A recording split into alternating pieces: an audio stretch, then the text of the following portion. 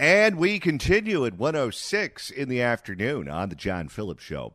Mr. Randy Wangs in Culver City. John, it could be a contender for Drop of the Year. I've had several people emailing us at johnnydon'tlikeshow@gmail.com requesting an MP3 of this gem from Cynthia Gonzalez. Fighting our turf. It did become an instant classic.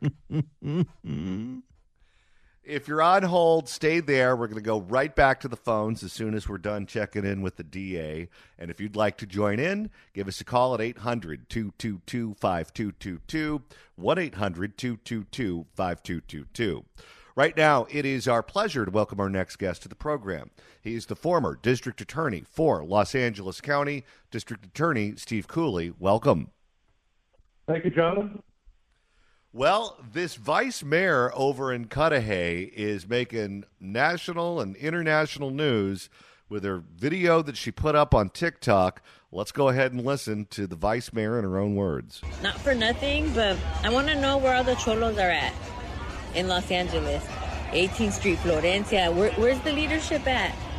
Because you guys are all about territory, and this is 18th Street, and this is Florencia. You guys tag everything up, claiming hood. And now that your hood's being invaded by the biggest gang there is, there ain't a peep out of you. It's everyone else who's not about the gang life that's out there protesting and speaking up. We're out there like fighting our turf, protecting our people. And like, where you at? Bien calladitos, todos los chulitos. I'm like, dude, they're running amok all up on your streets and in your city. And peep, when the big gang guns come in, nothing but like quiet, and we're out here, the regular ones that have never been jumped in, out here calling things out, trying to organize people, trying to do the thing. So don't be trying to claim no block, no nothing. If you're not showing up right now, trying to like help out and organize, I don't want to hear a peep out of you once they're gone, trying to claim that this is my block. This was not your block. You weren't even here helping out. So whoever's the leadership over there, just get your members in order. Well, it appears as if she was calling on the gangs to join in the fight against ICE. She referenced guns. She referenced two specific gangs. I don't think you have to look too hard to read between those lines.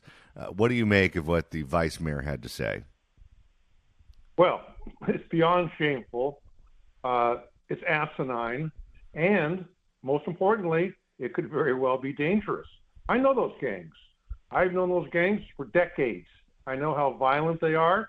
The one of the two gangs, probably within the last year, murdered a police officer who was off duty with his fiancée looking for homes during a robbery.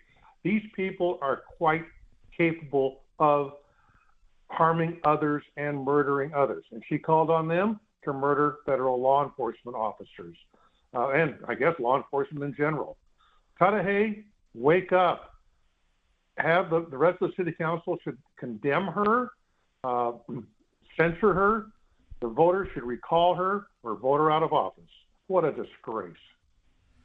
What do you make of the people who are defending her, saying, oh, she was just calling on these gangs to come up with protest signs and march in the streets and write letters to the editor and register voters and do all of the normal things that people do? Can you explain what these organizations are like? Well, first of all, that's not what she's doing. So if people are saying, oh, that's all she's doing, I call BS. That's not what she's doing. She is agitating to the point of soliciting individuals, and there are knuckleheads out there, soliciting those knuckleheads to do something violent to the federal authorities as they're enforcing the law. That's what she's doing. So all the rest of these excuses people make, poppycock, forget it. She then went on social media and said she thinks she's going to need a lawyer. You think that's right? I hope so. I'd really like to see the U.S. attorney, our new U.S. attorney, Bill Saley, with the FBI and any other agency that's interested, take a good hard look at her conduct. Do an inquiry, see if there is a theory to prosecute her. If there is, investigate, do search warrants, interview witnesses, issue grand jury subpoenas, go after her. Yeah, I hope she needs an attorney. I hope she needs a whole law firm. Well, I would imagine it's one thing if she puts the video out there and there are no takers. But if, God forbid, someone sees that video and decides, all right, I'm going to go out there and I'm going to harm a police officer, or I'm going to harm a federal agent, or I'm going to do something that she asked me to do, she's going to be in even bigger trouble, isn't she? Oh, yes, if there is actually a case that arises, but I think there's theories to bring a case against her without any specific case coming directly as a response to her comments. There are conspiracy theories. There are certain crimes that involve solicitation to commit a crime. I would say look at every theoretical crime that she may have committed, and if she did, I hope the U.S. attorney investigates and prosecutes. When you were district attorney of Los Angeles County, one of your hallmarks was public integrity, where you looked at many of these local governments that were doing things that were illegal, that were flying under the radar because they're not Los Angeles, they're not Long Beach, they don't have big city newspaper reporters keeping an eye on what they're doing. A lot of times they just basically operated in the shadows where they could get away with whatever it was that they wanted to do, legal or not. But your office went after corrupt local officials quite aggressively, and many of them were in those cities right there along the 710 freeway. Bell, of course, being probably the most famous case of you going after public corruption, but you found some in Vernon, you found some in Southgate, you found some in many of those cities. What's going on in those cities along the 710 where people in local government can behave like this, whether it's legal or just boneheaded? I can tell you there's 88 cities in Los Angeles County, and there's a lot of freeways, and there's other cities besides the 710 that that are next to a freeway that are involved in corruption.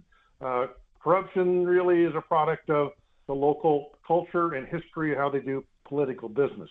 Now, to agree to your point, we did call the 710 the corridor of corruption because there were many small cities that had been taken over by people who were totally corrupt, sometimes thugs, and we responded to the complaints from people in those cities. They knew their city was out of control. They came to us, and at that point in time, the DA's office was very aggressive and very skilled at going after those corrupt people. I would imagine that that's one of the programs that George Gascon got rid of when he was district attorney. Well, he was too busy authoring Prop 14 along with his buddy Kamala Harris and putting that burden on the public. He was a disaster on every front, not just public integrity. Everything he did was to denigrate that office, frustrate its mission, and hurt basically the law-abiding public. That was kind of his mission. We're speaking with former L.A. County District Attorney Steve Cooley. District Attorney Cooley, you mentioned the new U.S. Attorney for the Central District of California, which includes Los Angeles, Bill Asaley. He was on this program on Monday, and he has been quite clear that he plans on very aggressively going after anyone who was assaulting a law enforcement officer, who was breaking the law when ICE agents were trying to do their raids, destroying public property, federal property, and he is not shying away from that.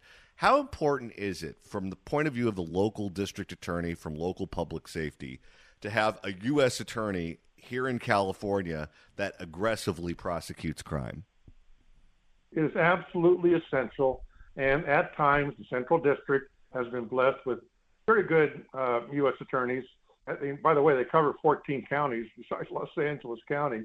So it's a very important job. Having a good relationship with them, cooperating with them is very important because sometimes the jurisdictions do overlap. And I've been very impressed with the new U.S. attorney. He was impressive when he was with the state legislature. Very responsive, very smart. And I think he's a great pick for that particular job at this particular time in our history. I wish him well. One of the things that he said he is going to aggressively prosecute is corruption related to homeless services organizations. We know that LAHSA is now under fire here in Southern California. Kimberly Ellis, who ran the San Francisco version of LAHSA in Northern California, also under fire. It looks like there's a lot of corruption that's going on within those organizations, where the state of California, the counties, the cities are spending more than they ever have historically on the homeless, and the number of people living on the streets just continues to increase year after year. And every time we find out about that money being stolen or the money being laundered, people say, wait a minute, you keep asking us for higher taxes to provide more money for the homeless, and the money's not reducing the number of people on the streets. The money is going to people affiliated with these organizations. It appears as if he really got on everyone's radar when he said that that's one of the things that he's going to be going after. What do you make of him saying that, and do you think he's going to find a lot of corruption? Well, first of all, I commend him for pursuing the general area of corruption. I'm sure it does exist in that particular program, but quite frankly, it exists in a lot of programs. COVID, unemployment insurance, things of that nature. There's a lot of corruption. The current administration is uncovering a lot of corruption, with money being, huge amounts of money being shuffled off to some of their political cronies. In my view, I've been around a while, I think we are living in a very corrupt period in the history of this country. And it's not just a local agency like LAHSA or whatever. It is more widespread. It's at the state level, and it's at the federal level, and it's within bureaucracies. So I think this is a real challenge, and I think what we need to do is multiply this new U.S. attorney in the Central District all over the country and give them a mission to fight it, like I did when I was DA in L.A. County. It had been ignored for so long, it was like shooting a fish in a barrel. Just go after it, make it a priority. Do you think that the corruption got worse when California became a one-party state? Because it seems like we have a lot of elected officials out there, especially in these cities where very few people vote and you're not on anyone's radar, where if you're not worried about losing re-election, you take liberties that you may not otherwise have taken if you think it could be used against you when you run for re-election or you run for higher office. And a lot of these people just seem to feel like they're bulletproof. And when you think that you're bulletproof, you do things that you wouldn't otherwise do. I think your assessment is perfectly correct. The one-party state issue means there aren't going to be the checks and balances from an opposing party. But also, we've lost a lot of newspapers over time. They used to have a role in exposing corruption also. But don't think it's just the state level as a one-party state. We got a one-party county, and we got a one-party city. And that's quite unfortunate because a lot of things are going wrong in terms of financial problems and challenges, corruption within, and sometimes just engaging in things where it's none of their business. They don't know their proper role. Bell was probably the biggest fish in terms of local corruption that happened on your watch. Do you think, or did you get the impression that after you aggressively went after those corrupt officials in Bell and there was a trial and they were convicted and they were sentenced, that certain members of councils and school districts and other boards and commissions self-reformed because they were worried that they might be next? Oh, yeah, I think that our efforts in Bell basically send a message that we will do our job, and they shouldn't do what had been being done to Bell by some of their officials, city manager and others. But we had been sending that message long before Bell. Apparently some people at Bell weren't paying attention. But I do think it's very important to go after cities like that. By the way, Bell was a victim of its own apathy. The citizens, the voters, the residents were apathetic, and they were taken advantage of by thieves. The fact of the matter is they were exposed by our prosecution, and several went to state prison, and Bell itself woke up. they reformed themselves. They got good people in there. They had a great city manager. They really, and they brought some lawsuits against the people who've been ripping them off. So I think that Bell, in this day and age, should be held up as an example of how you can recover from being a terrible, terrible, corrupt place. Former Los Angeles County District Attorney Steve Cooley, thank you so much for stopping by this afternoon. Thank you, John. If you'd like to email the show, you can do so at johnnydon'tlikeshow@gmail.com. That's johnnydon'tlikeshow@gmail.com. And Randy, now that we've hit the halfway point of today's show, if you want to continue listening after we sign off at 3, that's easy to do. All you got to do is search for The John Phillips Show wherever you get your podcasts, whether it's Apple Podcasts, quite frankly, iHeart, quite frankly, Spotify, quite frankly, search for The John Phillips Show, hit subscribe. You can download all the episodes, quite frankly, and share them with your friends. Put them everywhere. This is the last time I'm telling you today. That's your final warning. All right, we're taking your calls at 800-222-5222, 1-800-222-5222. The Vice Mayor of Cudahy is calling on street gangs to fight ICE in the streets. What say you? Do you think she's going to survive all of this? At 800-222-5222. Let's begin with Frank in San Pedro. Frank, hello. Hey, guys, how's it going? Good. We have this record of voting for stupid over and over and over again in this city, state, county. I'm almost like channeling the spirit of our president. These people have been voting for stupid for so long, they don't know what the F they're doing. Like, we're going to keep getting what we vote for. It's insane. Well, in cities like Cudahy, voter participation is meek. Very few people actually vote. If you look at how many votes it takes for these people to get on these councils, it's just a handful of votes. So you can be essentially a virus that's just looking for a host cell, so you can go in there and get on that council. And even though these cities are small and they have very small populations, they still have huge budgets. They have police departments and fire departments, and they spend a lot of money on city services. And if you're the one in the catbird seat, you're the one that gets to direct those contracts different places. And if the people are checked out and you decide you want to line your own pockets, or you decide that you want to do outrageous things on the internet and hope that no one pays attention, well, sometimes you get away with it, sometimes you don't. Well, I don't think you're going to get away with it when you do stupid crap like try to target federal officers with local gang members. Yeah, this would cut through the noise. But I bet you anything, if we go back and we look at this woman's portfolio, she's done outrageous things right and left. It's just no one paid attention to it. She just happened to do it when people are paying attention to this subject. Someone saw it, and it went national, and now I bet you she's wishing she never said it. Thank you for the call, sir. 800-222-5222 is the telephone number. 1-800-222-5222. 800-222-5222 is the telephone number. 1-800-222-5222. We're taking your phone calls on the Vice Mayor of Cudahy, who's calling on street gangs to fight ICE in the streets. Fighting our turf. Let's go to Jeff in Encino. Jeff, hello. Hey, everybody. Yeah, what she said is reprehensible, but it's occurring to me, this person was a nobody, and now everybody knows who she is. And I have listened to other shows, including yours, and there are people who really support her, which a lot of people are crazy. What can I tell you? So I don't know if it's all over for her. She already was and never was. So who knows?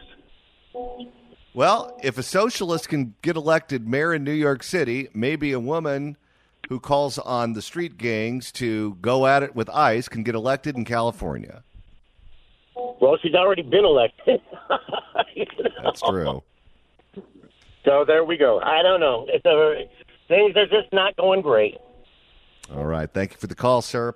Let's go to Fran in Studio City. Fran, hello. Hi there. Love you guys. I just want to say I'd be shocked if she survives, but I no longer have any faith in California or any desire to uphold the law. Given that Cynthia Gonzalez received a BA, 2 masters, and a doctorate from UCLA, in addition to credentials from Berkeley, I would love it if someone would ask Newsom, who oversees the UC system and has said on occasion that UCLA is the crown jewel, if he feels that degrees from these institutions have been tarnished. Well, that's why I think she's faking the accent and faking the language in the video. I've been to graduate school before. No one in graduate school talks like that. There are people there who aren't necessarily terribly bright. They're smart enough to pass the tests and to advance to graduate school. But I can tell you, no one sounds like that in a graduate school. No one. So she's just representing. Yeah, I think she's doing what Jasmine Crockett, that congresswoman from Texas, is doing.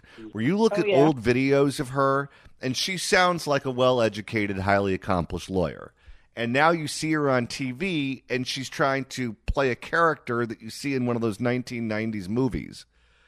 The same thing is true with this woman. I bet you anything, if you look at old video of her when she's in a graduate school setting or at a council hearing or whatever the case may be, I bet you she speaks like someone who's educated.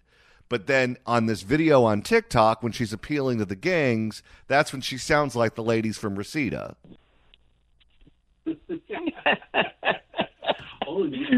Well,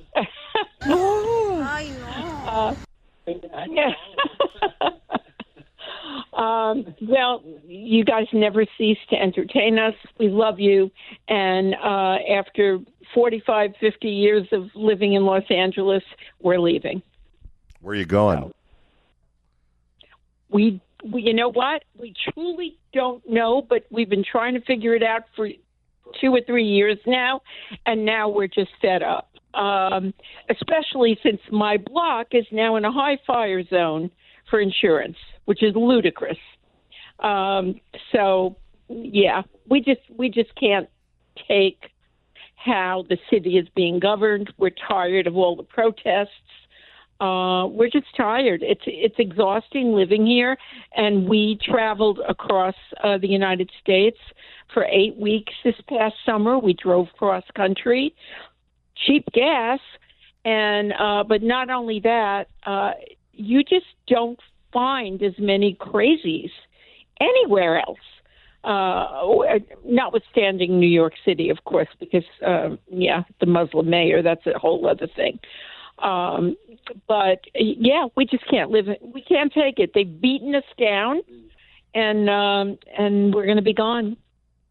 All right. Well, sorry to lose you, but thank you so much for the call. Make sure you still listen to us on the stream. Oh, yeah. We get credit for that. Oh, yeah. We can't. We listen to you no matter where we are. Thank you. There are a lot of great things about moving out of California, and if that's what you want to do, great. But the talk radio everywhere else sucks. It really does. I don't know what the deal is. Well, actually, I do. Everyone here is in a car, and we're built horizontally, not vertically. So people spend a lot of time in their car. So talk radio was basically invented here. KBC, I think, was the first talk radio station here, correct? Oh, yeah.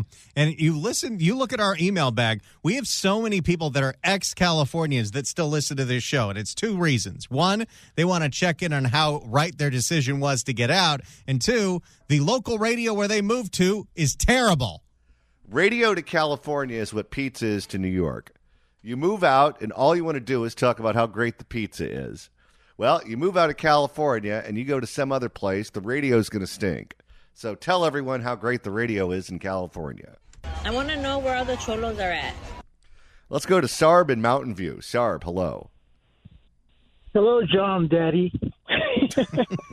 Well, first, that's a new one. I want to make a correction. I said John Daddy. I want to make a correction. I hear the term local gangsters. That's incorrect. A great percentage of these people are here illegally to begin with. That's not been mentioned. Oh, you mean the gang members themselves? Yeah, why would I come and turn myself in? Idiocy. Yeah, usually the gangs want to fly below the radar. When the mafia existed in New York City, the members of the mafia wouldn't even acknowledge the existence of the mafia. It was something that everyone knew was there, and occasionally they would be written about in the newspaper or they would be talked about on television, but the people who were actually involved in the mafia would deny that the mafia exists. I would imagine that the same thing is true with the street gangs. You don't want to run around announcing that you're a member of a street gang and you're fighting politically on behalf of one side or another.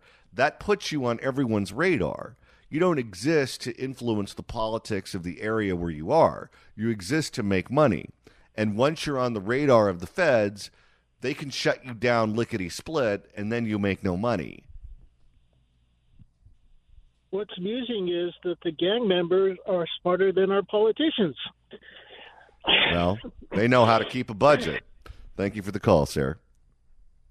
Let's go to Adam in Windsor. Adam, hello. Hello, John. Hello, Hi there. how you doing? Good. Good. Well, just wanted to say a couple little things. One, why doesn't the government just deputize a bunch of us Republicans here in California so we can take our state back? You know, let us handle the work, just deputize and we'll take care of it. There won't be such a big problem anymore. Well, you don't want civilians getting involved in something like this. The police can handle it themselves, and if the police are overwhelmed, that's what the National Guard is for, and that's what the Marines are for if they even need additional help. We have the ability to do it. We just have a governor and we have a mayor that refuse to acknowledge what kinds of problems we have when the cops are overwhelmed. And the reason that they did that was politics. They don't want it to look like things are out of control in California, because then people will say, well, why are things out of control in California? Who's in charge? And then they get blamed. Their whole thing was to say, oh, nope, nothing's wrong here. Everything's fine. Peaceful protests. Cops have it handled. We're not going to allow Donald Trump to send in the National Guard and save our bacon and highlight the fact that we were overwhelmed and caught flat-footed. That's the position that they took early on. And then when that became indefensible, they said, well, it's only in one tiny neighborhood. And so the news media is blowing it way out of proportion, and they're making it seem like the entire city is being burned to the ground, and that's not true. But politics was what drove their reaction to everything. All right. Thank you for the call, sir. 800-222-5222 is the telephone number. We're going back to the phones in a moment, but we have some breaking news to report to you. The Santa Monica Observer is reporting that a Santa Monica police officer has been shot and wounded by a suspect in parking structure 7. This is in downtown Santa Monica. It happened earlier this hour. Police have blocked off Colorado and Broadway westbound at 5th Street. And the suspect is still on the loose. The gunman is still on the loose. So if you're anywhere near that area in Santa Monica, lay low, get out if you can. Certainly don't go there right now as they're looking for this gunman who is on the loose in Santa Monica. And just to repeat again, a Santa Monica police officer has been shot and wounded in Santa Monica moments ago. This according to reporting from the Santa Monica Observer. Our thoughts and prayers with the police officer, wishing them a speedy recovery. All right, let's go back to the phones at 800-222-5222 and welcome John in San Luis Obispo. John, hello. John went bye-bye. Okay, let's go to Matt in Santa Clarita. Matt, welcome. Hey, John. Good show today. I just got back from Chicago from business and Philadelphia from business a couple of weeks ago. And my point is how this ties into the mayor is in all of these urban areas, whether it be LA or San Francisco or pick a city across the country, it doesn't even feel like there's any loyalty to a state, to the country, to anything.